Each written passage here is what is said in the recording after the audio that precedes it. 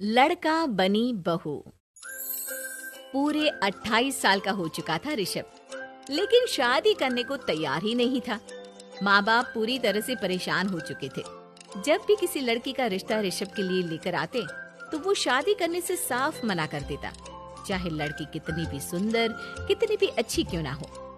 ऋषभ के माँ बाप को इसकी वजह समझ में नहीं आ रही थी। अरे ऋषभ बेटा, अच्छी खासी नौकरी लग गई है, दिखता भी इतना अच्छा है। आखिर बात क्या है, तुझे शादी क्यों नहीं करनी? देख, तू हमारा इकलौता बेटा है। अगर तू शादी नहीं करेगा तो कैसे काम चलेगा? लेकिन मैं शादी करना ही नहीं चाहता। मुझे कोई लड़की पसंद नहीं आती। अरे बेटा, अगर कोई लड़की तुझे पसंद हो तो उससे शादी कर ले, हमें कोई ऐतराज नहीं है। हाँ ऋषभ बेटा, अब देख, तेरी माँ से भी काम नहीं होता। घर में एक बहू आ जाएगी तो कम से कम घर का माहौल भी अच्छा होगा और तेरी माँ को मदद भी मिल जाएगी। लेकिन मम्मी पापा कहा ना, मुझे लड़कियां पसंद ही नहीं आती। अरे लड़कियां पसंद नहीं आती तो क्या लड़का पसंद आता है? वो तो वक्त आने पर ही पता चलेगा। ऋषभ की बात सुनकर उसके माँ और पापा का सर चकरा जाता है।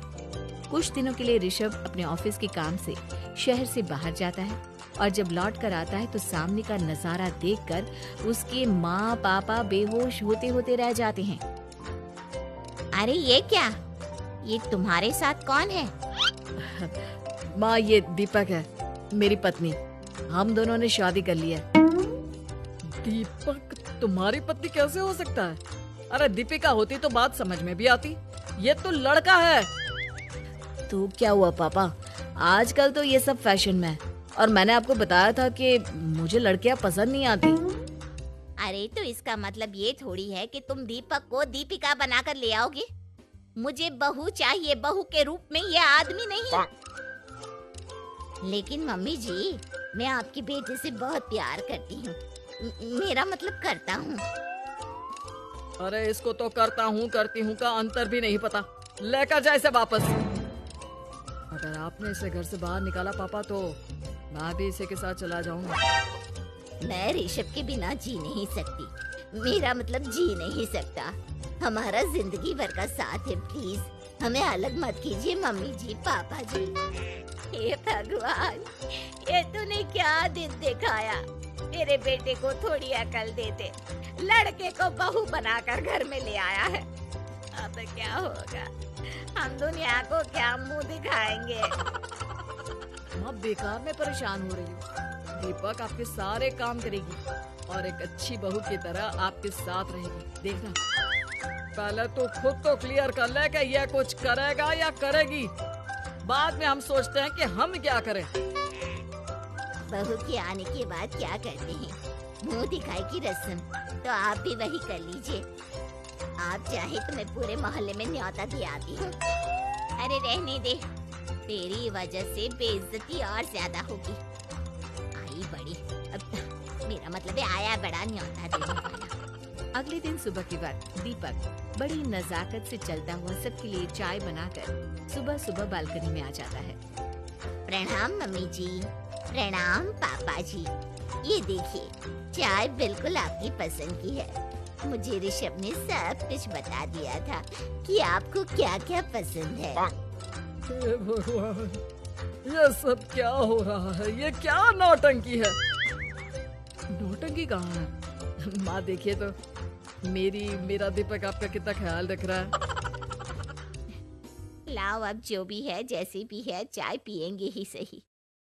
थोड़ी देर के बाद, वैसे दीपक, चाय तो तुमने बहुत अच्छी बनाई है। चलो, कुछ तो अच्छा हुआ। अगले दिन, आज सुनते हैं, आज पैरों में बड़ा दर्द हो रहा है। लग रहा है घुटनों में फिर से कुछ न कुछ प्रॉब्लम हो रही है। डॉक्टर ने वो दवाई दी थी, उसकी मालिश करो ना अपने घुटनों पर, आराम मिल जाएगा। वो क्या है ना, खुद के हाथों से ठीक से मालिश नहीं हो पाती। अरे मम्मी जी, आपको परेशान होने की क्या जरूरत है, मैं हूँ ना। लाइए, मैं आपके पैरों पर मालिश कर देता हूँ, मेरा मतलब कर देती हूँ। अरे रहने दे, रहने दे। घर में बहू होती तो सेवा करती, यहाँ तो आदमी बहू बनकर बैठा हुआ है। मम्मी जी नाराज मत होइए, एक बार मुझे मौका तो दीजिए आपकी सेवा करने का। अच्छा ठीक है, ये ले दवाई लगा दे। दीपक बहुत अच्छे तरीके से घुटनों की मालिश करता है। थोड़ी देर के बाद इतना आराम मिल रहा है क्या बताऊं। ऐसा लग रहा है मेरे घुटनों में कभी तकलीफ थी ही नहीं। लगता है तुम्हारी लड़का बनी हुई बहू तुम्हें पसंद आने लगी है। ऐसा कुछ भी नहीं है, वो तो बस इतने अच्छे से मालिश की इसलिए मैंने इसकी तारीफ कर दी। मम्मी जी पापा जी आपस में लड़ाई नहीं करते। अच्छा आप ये बताइए शाम के खाने में क्या खाएंगे? पनीर, दाल मखनी, पुलाव, कुछ भी स्पेशल बता दीजिए। अरे भाई ये सारी चीजें मुझे तो खाने में बहुत ही पसंद है। तुम क्या कोई औरत हो जो पनीर दाल मखनी बनाओगी? हाँ, अरे लड़का हो तो लड़के की तरह बिहेव किया करो ना। भले ही मैं लड़का हूँ तो क्या हुआ, अब तो मैं ऋषभ की पत्नी और आपके घर की बहू हूँ, तो मुझे उसी तरह से रहना पड़ेगा ना। अच्छा ठीक है, जो तुम्हें पसंद है बना लो। आदमी रसोई में खाना बनाते हुए कैसे लगते हैं, जरा मैं भी तो देखूं। शाम को दीपक सबके लिए अच्छा सा खाना बनाकर डाइनिंग टेबल पर लगा देता है। ऋषभ ऑफिस से जब लौट कर आता है, सब लोग खाना खाने के लिए बैठ जाते हैं। अरे वाह, क्या गजब का पनीर और दाल मखनी बनाई है। ऐसा जायका तो होटल के खाने में भी नहीं आता। दीपक कितना अच्छा खाना बनाती हो, मेरा मतलब बनाते हो। तुम्हारी इसी अदा की वजह से तो मुझे तुमसे प्यार हो गया। अरे बहुत हो गया, आदमी होकर आदमी से प्यार करते हो। अरे लेकिन कुछ भी कहो, जरा खाना खा कर तो देखो ऋषभ की माँ, मजा आ जाएगा। हाँ वैसे बात तो आपकी सही है, खाना तो वाकई में लाजवाब है। इतना स्वादिष्ट पनीर तो मैंने अपनी जिंदगी में नहीं खाया। कितना अच्छा होता अगर ये दीपिका होती। और फिर अगली सुबह कुछ ऐसा होता है जिसे देखकर ऋषभ के माँ और पापा ना केवल खुश होते हैं बल्कि हैरानी से उनकी आंखें फटी की फटी रह जाती हैं। उन्होंने जो नजारा अपनी आंखों के सामने देखा उसे देखकर उन्हें अपने आप पर भरोसा नहीं हुआ। सुबह का वक्त था, सब लोग बालकनी में बैठकर सुबह की चाय का इंतजार कर रहे थे। तभी रसोई में से एक बहुत ही खूबसूरत लड़की जिसके लंबे लंबे बाल थे और जिसे साड़ी पहनी हुई थी, हाथ में चाय की ट्रे लेकर वहाँ आती है। अरे ये कौन है? रातों रात हमारा लड़की बहू बन गया क्या? मुझे लगता है कोई सपना देख रहा है। इतनी सुंदर बहू तो हमने सपने में भी नहीं देखी। देखा माँ, जादू हो गया जादू। अरे लेकिन ये है कौन? तुम्हारा वो आदमी वाला पत्नी कहाँ चला गया? आपने मुझे पहचाना नहीं? मैं दीपक नहीं दीपिका हूँ। इतने दिन से लड़के के कपड़े पहनकर आपके घर में आपकी बहू बनी हुई थी। माँ ये दीपक नहीं, दरअसल ये दीपिका थी, लेकिन इसे लड़कों की तरह रहने का शौक था और इसे लड़की की तरह रहना मंजूर नहीं था, इसलिए मैं इसे लड़के के रूप में आपकी बहू बनाकर यहाँ ले आया।